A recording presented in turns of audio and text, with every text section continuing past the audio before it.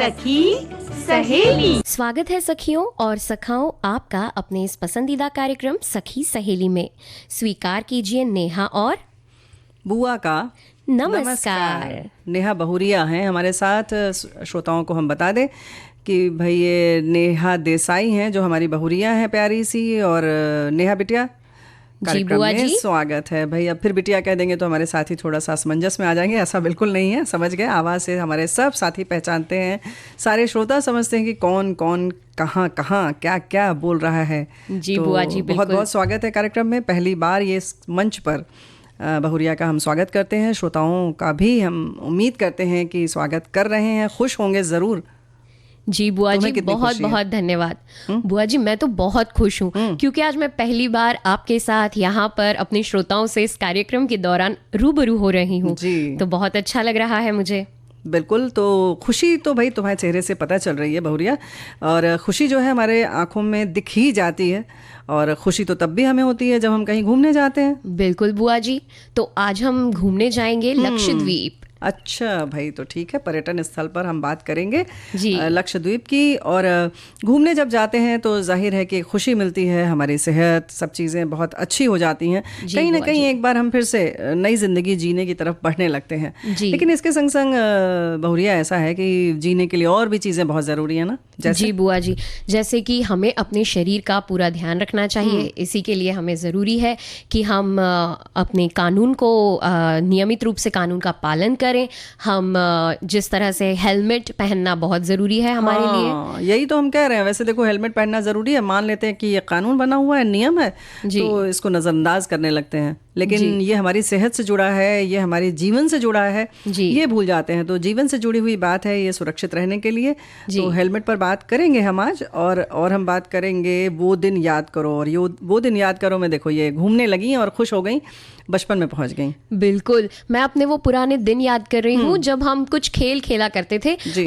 खिलौनों के बिना जो खेल हुआ करते थे और हम उन खेलों को खेला करते थे। जी हाँ, बड़ा जैसे मजा कि- आता था। मजा आता था, यानी कि बिना किसी संसाधन के, जी। जो घर के अंदर खेलते थे। जी, बिल्कुल। वैसे तो बाहर खेलने के लिए हम पकड़न पकड़ाई है, छुपन छुपाई की बात कर सकते हैं, तो उसमें हाँ। आज भी खिलौने की जरूरत नहीं पड़ती है। बिल्कुल। लेकिन उन खेलों की बात करेंगे जो हम घर के अंदर बैठकर खेलते थे, जैसे कि वो 5 छोटे छोटे गिट्टे लेकर उनसे खेलते थे। जी, जी। और क्या क्या खेलती थी तुम? कुछ ऐसे याददाश्त तेज करने वाले खेल हुआ करते थे, जैसे शहरों के नाम ले लीजिए, या फिर फलों के नाम लीजिए, या हाँ। फिर खाने के पदार्थों के नाम लीजिए। एक व्यक्ति एक नाम लेगा। उदाहरण के लिए मैंने कहा कम्मो बहुरिया, आप कहेंगी कम्मो बहुरिया नेहा बहुरिया। अच्छा। अगला कहेगा कम्मो बहुरिया नेहा बहुरिया और नेहा बिटिया। तो अच्छा। इस तरह सभी को एक एक नाम याद करते जाना है, आगे ऐड करते जाना है, और जहां कोई भूल जाए वो आउट। क्या बात है। तो भाई ऐसे ही हम लोग खेलते थे, एक पन्ना लेकर बैठ जाते थे, कागज पर लिखा जाता था नाम, शहर, फल, ऐसे ही कुछ फिल्मों के नाम, जिसका जी। जैसे मर्जी होती थी उनको रखकर क से बोला तो सबने कुछ ऐसा ही लिखा। तो ऐसे बहुत सारे खेल हमारे साथियों ने भी खेला होगा, तो ज़रूर उन्हें साझा कीजिए आप। जी। और एक विषय और आज हमारे साथ हम चलेंगे, बात करेंगे कामकाजी बहनों की बात, यानी कि उनकी दिनचर्या और उनका अपना खुद का जीवन कैसा होता है, उसमें क्या कमी बेसी होती है, जी। उस पर चर्चा करेंगे। जी, है ना? जी बिल्कुल बुआ जी। और सबसे पहले हमें लगता है तुम हेलमेट पहनकर तैयार हो गई हो। बिल्कुल बुआ जी, क्योंकि आज हम हेलमेट पहनकर इसलिए भी तैयार हैं क्योंकि जब हमें लक्षद्वीप में घूमना है तो हमें स्कूटी की राइड भी लेनी है। तो उसके लिए बहुत ज़रूरी है कि हमारे पास सारी सुविधाएं होनी चाहिए और सब बातों का ख्याल भी रखना ज़रूरी जी। है। तो बात कुछ ऐसी है कि जिंदगी की भागदौड़ में हम सुरक्षा का ख्याल भूल जाते हैं, जबकि यही वो जरिया है जिससे हम जिंदगी की दौड़ में जीत सकते हैं और इसी से हमें सुरक्षा मिलती है। तो इसलिए हमें इस हेलमेट को पहनना बेहद ज़रूरी है। आमतौर पर लोग ऐसा मान लेते हैं कि भाई अरे ठीक है, कौन इसको पकड़े रहे, बोझ की तरह उसको समझते हैं, क्योंकि जी। वो तो तभी पहनते हैं ना जब या तो मतलब फोटो खिंचवानी हो, और या फिर बिल्कुल। पुलिस भैया दिख जाए तो सोचते हैं चलो बचाव कर लें या थोड़ा सा पैसा बचा लें, फाइन वाइन न लग जाए, इसलिए पहन लेंगे। या। तो उसको हाथ में लेना बड़ा भारी लगता है। तो भाई वो हाथ में लेने की चीज़ नहीं है, वो सर पर रखिए, हम उससे सुरक्षित होते हैं। और कई बार लोगों ने महसूस भी किया है कि जब दुर्घटना हुई तो बहुत हद तक इस हेलमेट ने उन्हें बचाया भी है। बिल्कुल बुआ जी, क्या होता है जो हमारे भाग्य में है वो तो होना है, लेकिन कम से कम हम जो बड़ा अपघात हो रहा है उससे बच जाते हैं। छोटी सी चोट लगती है और सिर बच जाता है तो बहुत अच्छी बात है। बिल्कुल सही बात है। तंत्र जो है वो बहुत हद तक प्रभावित नहीं हो पाता है जब हम हेलमेट पहनकर चल रहे होते हैं, और जब दुर्घटना होती है तब पता चलता है। आमतौर पर बहुरिया ऐसा लगता है कि लोग ये मान कर चलते हैं कि कोई दुर्घटना तो होगी ही नहीं, क्योंकि हम बहुत सीमित जो है वो हमारी स्पीड है उसी में चला रहे हैं बड़े सुरक्षित तरीके से, और हमारी ड्राइविंग तो वाह माशाल्लाह इतनी अच्छी है कि पूछो मत, हम कभी दुर्घटना से शिकार ही नहीं होंगे, लेकिन कह के तो आती नहीं है। और ज़रूरी भी नहीं कि हम अच्छे से चला रहे हैं तो सामने वाला भी अच्छे से चलाए, क्योंकि अगर सामने वाला ठीक से नहीं चला रहा है तब भी घटना हो सकती है। बिल्कुल सही बात है। कभी कभी कुछ ऐसे जानवर आ जाते हैं, कुत्ता बिल्ली, कुछ उसकी वजह से भी हो जाती है, तो ऐसे बहुत सारे कारण हैं। ऐसे ही हमारे साथी ने लिखा भी है, कहा जाता है अकस्मात या हादसा बार बार नहीं होता, वो कोई मुहूर्त लेकर ये नहीं होता, लेकिन इससे बचने के लिए हेलमेट पहनना आवश्यक है। बार बार जब भी आप दोपहिया वाहन लेकर कहीं भी जा रहे हों तब ये ज़रूरी है। गुजराती कहावत इन्होंने लिखी है, मुहावरा लिखा है, चेतना नर सदा सुखी, मतलब जो आदमी सचेत रहता है वो सदा सुखी रहता है। तो भाई ये सुरक्षा की बात है। बुआ जी, कई लोगों से ना मैंने ये शिकायतें भी सुनी है कि इससे बाल टूटते हैं, पसीना आता है, गर्दन में दर्द होता है, और अनेक कई समस्या लेकर कि अरे नहीं ये तो बहुत भारी चीज है। तो इसका क्या समाधान है, क्या सोचती हैं आप, क्या करना चाहिए इसके लिए? भाई समाधान कुछ भी नहीं है, लगाना ही लगाना है, इसके लिए तो कुछ भी सोचने की बात ही नहीं है। ये सारे बहाने हैं, क्योंकि हम फिर बताया ना कि एक मानसिकता होती है हमारी कि हमने मान लिया कि जो भी नियम है उसको तोड़ना हमारा फर्ज है, हमारी ड्यूटी यही है कि उसको तोड़ दिया जाए, उसको माना ना जाए। कुछ लोग और ऐसे ही ये भी नहीं सोचते कि ये हमारी ही सुरक्षा के लिए। हम ऐसे बहुत सारे लोग तो ये भी कह देते हैं कि भाई हेलमेट कंपनी से सरकार ने पैसा ले लिया है और इसलिए बेच रही है। तो भाई ऐसा कुछ भी नहीं है, बचाव में ही सुरक्षा है। और जो अच्छे मार्क वाले जो होते हैं, ISI मार्क वाले जो हेलमेट होते हैं, उसे अगर आप पहनेंगे तो हवा भी अंदर जाती रहेगी, सुरक्षित भी रहेंगे आप। तो ऐसे वैसे कोई भी टोपी जैसा न पहन लें। और बुआ जी एक ये भी बात है कि जब जो लोग कहते हैं ना बाल टूटते हैं ऐसा, अगर उसके अंदर हेलमेट के अंदर हम कोई कपड़ा रख लेंगे तो पसीना भी हमारा हेलमेट में नहीं लगेगा और बालों को भी नुकसान नहीं होगा। और कभी हम ऐसा होता है कि एक ही हेलमेट हमारे घर पे हमारे भाई बहन किसी ने भी पहन लिया तो संक्रमण का भी खतरा नहीं रहता अगर हम इस पे कपड़ा लगा लें तो ये भी अच्छी है बात। लेकिन सबका अगर अलग अलग हेलमेट हो तो अच्छी बात है। और बताया ना कि अच्छी गुणवत्ता वाला अगर होगा तो इस तरीके की कोई भी समस्या नहीं आएगी। जी। और बुआ जी हेलमेट कुछ अलग अलग भी आते हैं। हाँ। जैसे बच्चों के लिए अलग और स्पोर्ट्स वालों के लिए अलग और स्टंट जो लोग करते हैं उन लोगों के लिए अलग और पुरुषों के लिए अलग, महिलाओं के लिए अलग।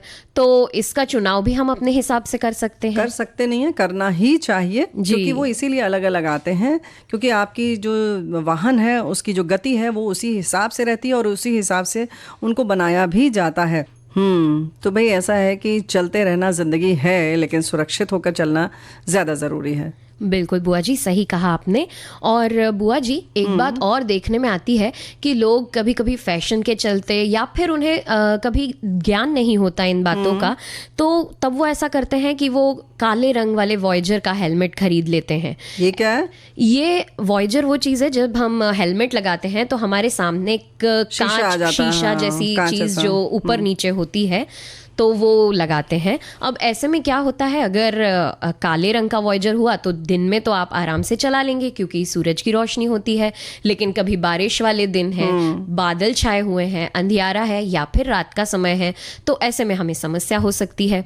तो ऐसे में हम ये हमारे श्रोताओं से गुजारिश करेंगे कि वो जब भी हेलमेट लें तो नॉर्मल वॉयजर वाला हेलमेट ही लें ताकि वो दिन या रात किसी भी समय आसानी से चला सकें। क्या बात है। वैसे आंखों की सुरक्षा के बारे में ही हमारे साथी लिख रहे हैं कि विशेषज्ञों का कहना है कि दोपहिया चलाते समय यदि आपने हेलमेट पहना हुआ है तो ये आपकी आंखों के लिए भी ठीक है। ये तेज हवा, धूल, मिट्टी, कीटाणु, प्रदूषण आदि से आंखों की रक्षा करता है। इससे आंखों में होने वाले संक्रमण को काफ़ी हद तक कम किया जा सकता है। वाहन चलाते वक्त हेलमेट का शीशा बंद रखने से आंखों की सुरक्षा होती है और इससे कोई वस्तु आंखों से टकराती नहीं। इसमें लगा शीशा बंद करके रखने से तेज हवा, धूल, मिट्टी या कोई वस्तु आंखों से नहीं टकराती, हमारी आंखों की सुरक्षा होती है।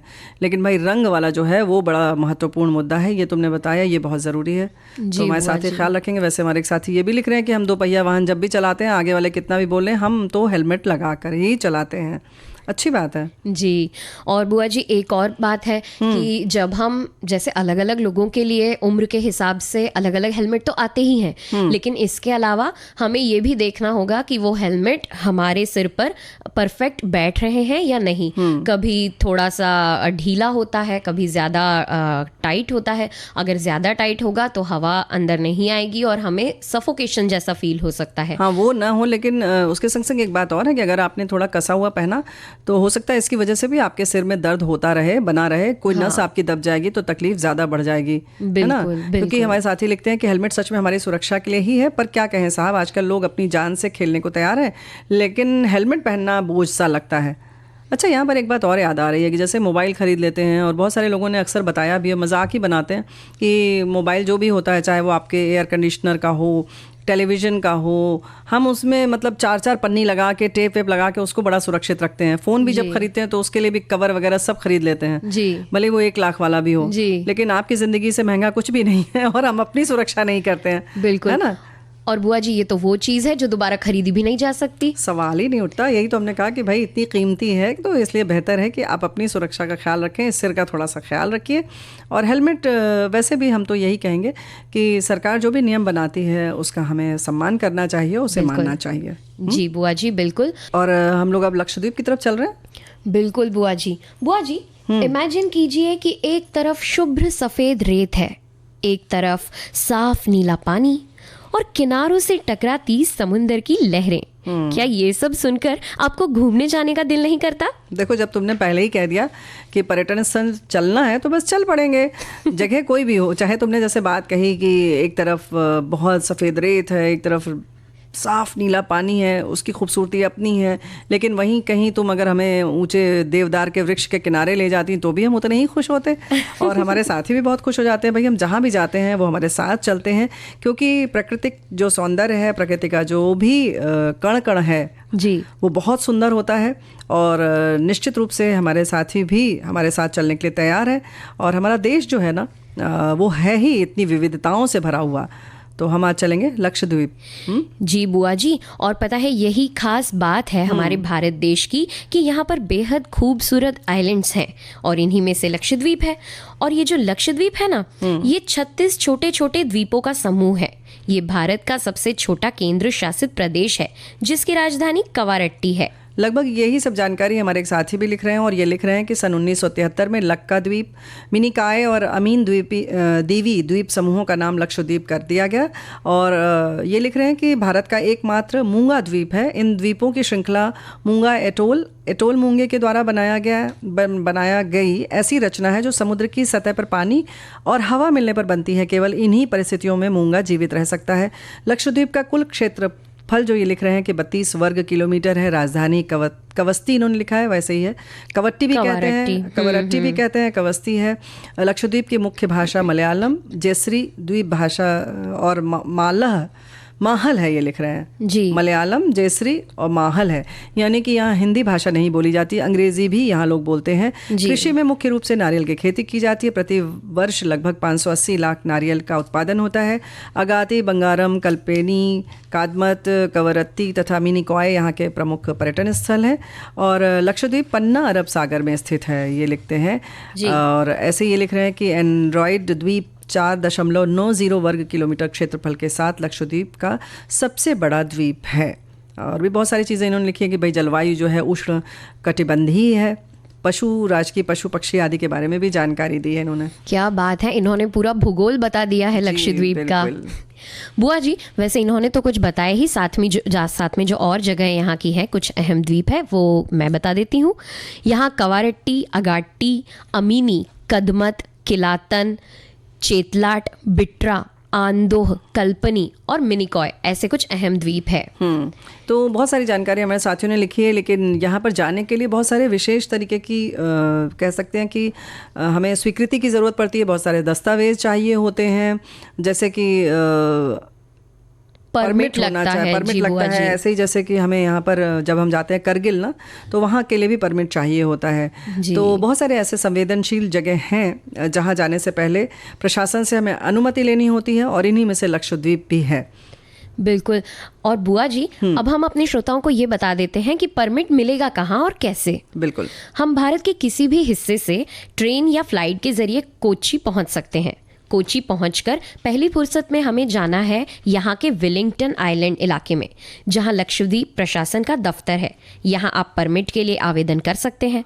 अपनी यात्रा शुरू करने से पहले भी आप परमिट के लिए ऑनलाइन अप्लाई कर सकते हैं।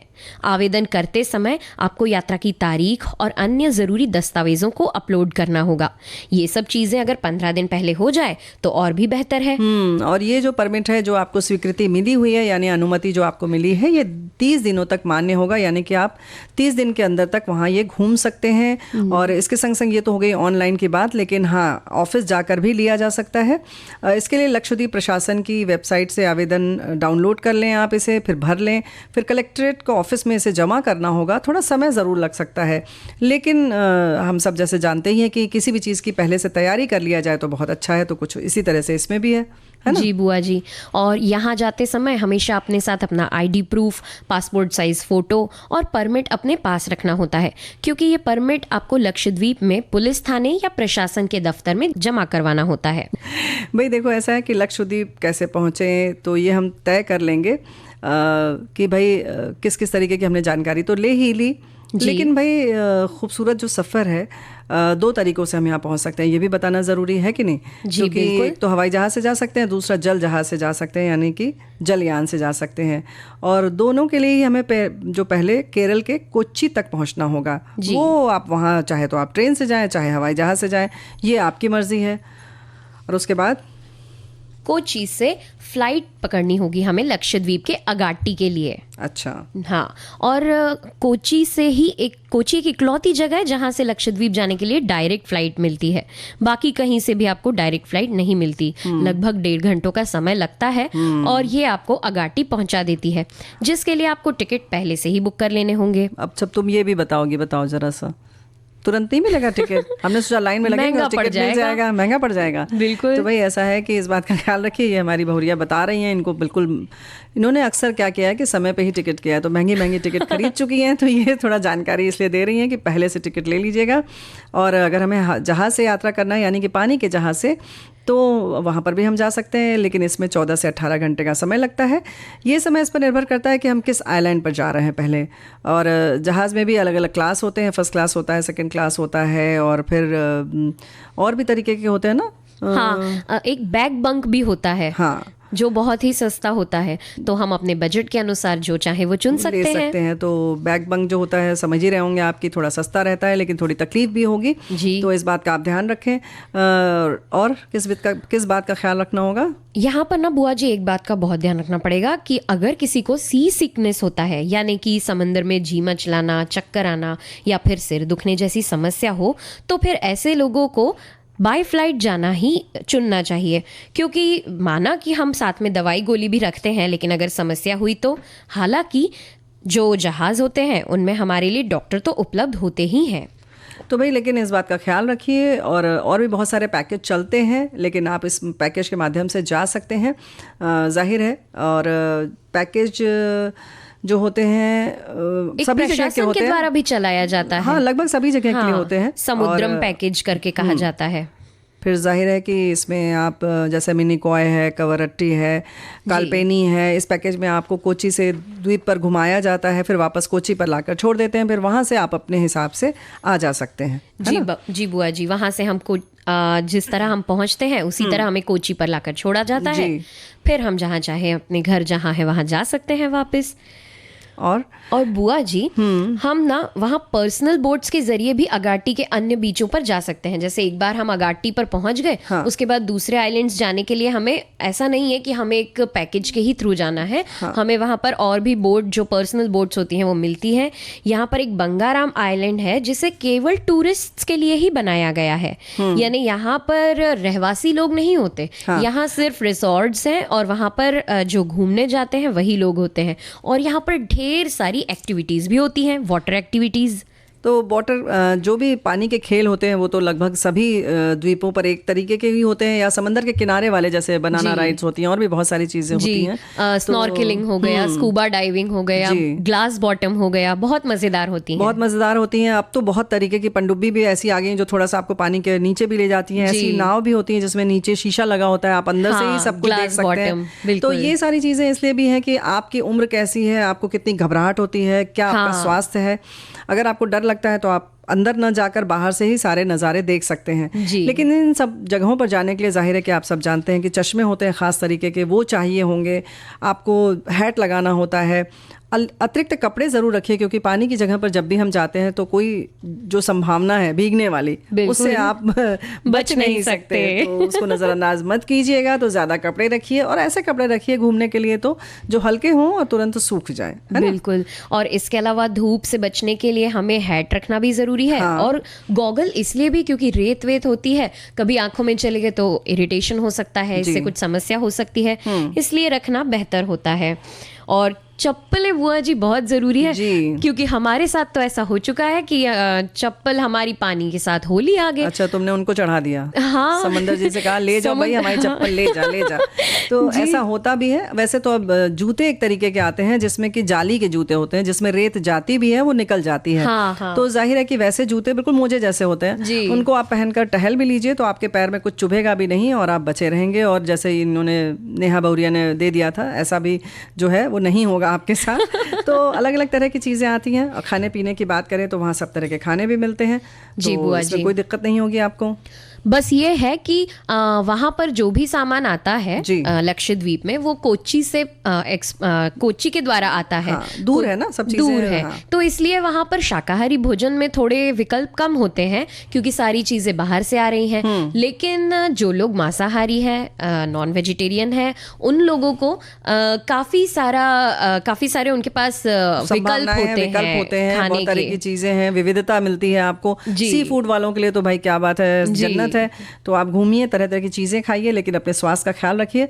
और हम आगे बात करेंगे अब हमारी जो बहनें हैं, व्यस्त रहती हैं दिनचर्या में, खास तौर से जो बाहर भी काम करती हैं। जी बुआ जी, उनसे बात करेंगे हम। देखो भाई, ऐसा है ना बहुरिया की बहुत सारी हमारे साथी जो हैं बहनें कामकाजी हैं, कुछ नहीं है। तो जो नहीं है कामकाजी, वो लिख रही हैं कि कामकाजी महिलाओं की दिनचर्या कैसी होगी, शायद भागम भाग भरी होती होगी। हम गृहिणियों को शायद उसका अंदाजा नहीं होगा। वैसे हमारी जो गृहिणी है बहनें, गृह स्वामिनी है जो, उनकी भी जिंदगी ऐसे ही भागम भाग होती है, कुछ अलग नहीं होती है। लेकिन हाँ, जाहिर है कि काम हमारी जो बाहर काम करते हैं, चाहे नौकरी करें, चाहे कोई अपना व्यापार करें, व्यस्त तो रहती ही हैं, है ना? बिल्कुल बुआ जी, आपने बिल्कुल सही कहा, क्योंकि महिलाओं के रूटीन का कोई ठिकाना नहीं हो पाता। ऐसा लगता है पता नहीं सारे काम हो पाएंगे या नहीं, जल्दबाजी हो जाती है।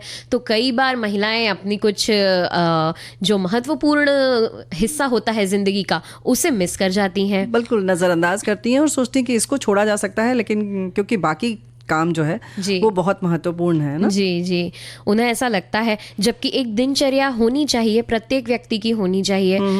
हमें लगता है जैसे अगर किसी महिला को कोई अगर महत्वपूर्ण काम करने जाना है, तो उसे थोड़ा समय अपने लिए निकालकर योग प्राणायाम करना चाहिए, थोड़ा सा घूमने जाना चाहिए। ज्यादा समय नहीं, अगर दिन के समय में, सुबह के समय में 30 मिनट भी अगर वो अपने आप को दे, तो हमें लगता है काफी होगा उनके लिए उतना सुबह के समय में। हाँ, तो ऐसा लगता है कि जो हमारी बहनें बाहर नहीं जाती हैं, कामकाजी नहीं, वो ये सब कर लेती हैं? बिल्कुल नहीं करती बुआ जी। फिर तुमने क्यों कहा कि कामकाजी बहनों को करना ही चाहिए? क्योंकि क्या होता है, जो घर में रहने वाली महिलाएं हैं, उन्हें थोड़ा तो भी दिन में समय मिल जाता है कि वो आराम कर लेती हैं। लेकिन जो कामकाजी महिलाएं हैं, उन्हें उतना भी समय नहीं मिलता। तो कम से कम अगर वो थोड़ा ध्यान कर लेंगी सुबह, तो उनका दिन बन जाएगा, थोड़ा फ्रेश फील करेंगी। ये कहो, यही तो हम कह रहे हैं कि तो मतलब तुम्हारा ये कहने का मतलब है कि जो बाकी सबका जो काम करती है वो ठीक से कर पाएंगे अगर वो ध्यान कर लेंगे तो। देखो, हमारे साथी लिख रही हैं कि मैं कामकाजी रही हूँ, मेरी दिनचर्या प्रातः 4 बजे शुरू हो जाती तो रात 9 से 9:30 बजे तक चलती रहती थी। वैसी आज भी है। सुबह क्या बनाना, क्या पहनकर जाना है, रात को ही तय हो जाता। सब्जी बनाने की रात को ही साफ करने से सुबह परेशानी नहीं होती। संयुक्त परिवार होने के कारण एक समय का तो सबका खाना वगैरह बनाकर जाना होता था। अतः काम करके कार्यस्थल पर भी हमेशा मैं समय पर ही पहुंचती थी। अंतिम कार्य दिवस शनिवार को ही आते ही बच्चों की यूनिफॉर्म और अन्य कपड़े वगैरह धुल जाते, जिससे रविवार को ज़्यादा काम नहीं रहता और आराम से छुट्टी का आनंद भी लेते। जल्दी उठने से सभी काम समय पर पूरे होते और कोई तनाव भी नहीं रहता।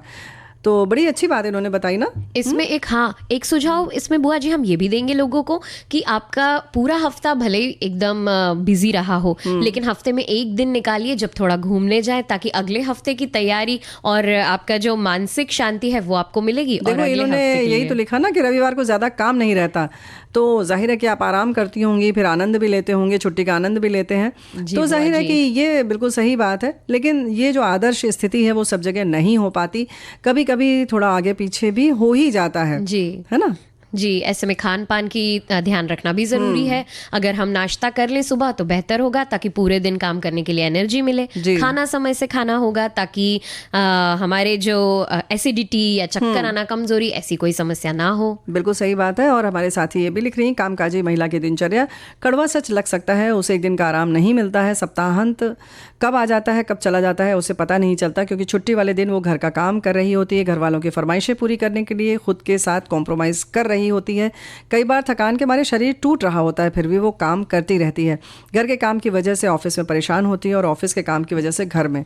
तो ये बात बिल्कुल सत्य है और इसीलिए हम लोग इस पर चर्चा कर रहे हैं अपनी बहनों के लिए कि जिनकी भी ऐसी स्थिति है वो थोड़ा सा समय निकालें, अपने बारे में सोचें और देखें कि पूरी दिनचर्या में उनके खुद के लिए समय कहाँ पर है, और अगर नहीं मिल रहा है तो थोड़ा सा निकालिए जी। और घर वालों की मदद भी ले सकते हैं इसमें थोड़ी। क्या बात है, ये बड़ी महत्वपूर्ण बात कही तुमने, है ना जी बुआ जी। देखो भाई, ऐसा है ना कि खेल की बात अब तो जाहिर है कि हमारे साथी भी समझ गए होंगे कि हम चलेंगे बचपन में, लेकिन खेल खेल से एक बात और याद आ गई कि जो हमने हेलमेट की बात की बेटिया, उसमें हमारे साथी ने लिखा कि मेरी बेटी गुरुग्राम की है, साथी लिख रहे हैं। एक दिन सुबह सुबह जल्दी में रैपिडो से ऑफिस जा रही थी कि पीछे बैठी थी, उसने हेलमेट नहीं लगाया, उसको 2,500 की रसीद काटी। तब से हमेशा हेलमेट पहनती है। ये उसके लिए एक सबक था। तो देखो ऐसा होता है कि हमने इसलिए बताया कि रसीद जब कटती है तब हम सोचते हैं कि ये बहुत ज़्यादा फाइन है, लेकिन देखो कहीं ना कहीं ये हमारे लिए अच्छा भी है कि तब से वो लगाने लगी। तो बहुत सारे लोग डर से लगाते हैं और इससे जुड़ी हुई बहुत सारी चीज़ें। हमारे साथी ने ये भी लिखा कि अच्छी क्वालिटी का मैं रखता हूँ, तो उसका एक नकारात्मक पहलू ये है कि 2 बार बचे हैं, वो भी इन्होंने वैसे जिक्र किया है। और ये लिखा है कि इनके 2-3 हेलमेट चोरी भी हो गए। खैर, गाड़ी चलाते समय हमेशा हेलमेट पहनना चाहिए, न कि जुर्माने से बचने के लिए। बिल्कुल तो सही बात है। ये बहुत मज़ेदार बातें हैं। लेकिन जो हम लोग घर के अंदर खेलते थे उसमें किसी चीज़ की ज़रूरत नहीं पड़ती थी, और जो ज़रूरतें होती थी बहुत छोटी छोटी चीजें वो हमें घर में ही मिल जाती थी, है ना जी, बिना खिलौने वाले खेल। हम अपने दोस्त मिलकर ही आपस में ऐसा कुछ बना लेते थे कि चलो ऐसा खेलते हैं और खेलने लगते थे। जैसे कि हमने एक याददाश्त वाला खेल हमारे कार्यक्रम के शुरुआत में बताया था। इसके अलावा एक अंत्याक्षरी भी होती है जिसे हम अंत्याक्षरी कहते हैं। आखिरी का एक अक्षर लेकर और सामने वाली टीम को गाना गाना हमारे है। सभी साथी जानते हैं, इन्होंने ये भी लिखा है। जो चर्चा हमारे साथियों ने याद की है वो ये है कि बिना खिलौने वाले खेल जो पहले खेले जाया करते थे। गुट्टा, छोटे छोटे और गोल 5 पत्थर जो हाथ से ऊपर फेंके जाते और उल्टा करके हाथ पर लिया जाता था। उसमें बहुत तरीके के होते थे। उसमें 4 गुट्टे रखे जाते थे और एक बॉल से भी बाद में खेला जाता था।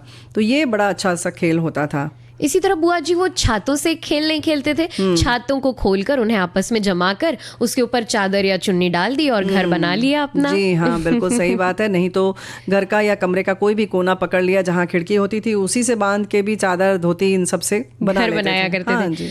इसी के अलावा ना एक खेल ऐसा भी हम खेलते थे जिसमें पेड़ों की पत्तियां होती थी, उन पत्तियों को तोड़ लेते थे और सब्जी की दुकान बना लेते थे कि ये हमारी। और खास बात तो ये है कि सब्जी भी पत्तियां भी सब्जी हैं और पैसे भी पत्तियां ही बड़ी पत्ती जो होती थी वो पैसे बन जाते थे। हाँ। तो देखो हमारे साथियों ने भी कुछ ऐसी ही यादें अपनी साझा की हैं। लिख रहे हैं कि बचपन में हम लोग नेम फ्रेंड एनिमल थिंग या लड़का लड़की शहर सिनेमा जैसे गेम्स घर के अंदर खेलते थे, जिसके कि बोले गए पहले अक्षर से लिखना होता था। जिसका पहले हो जाता था वो प्रथम आ जाता था। उसमें मजा भी आता था कि छुपा कर भी रखते थे और नाम तो ऐसे उटपटांग लिख दिए जाते थे कि नहीं ये नाम होता है, कुछ भी रख लिया जाता था। चीटिंग होती थी।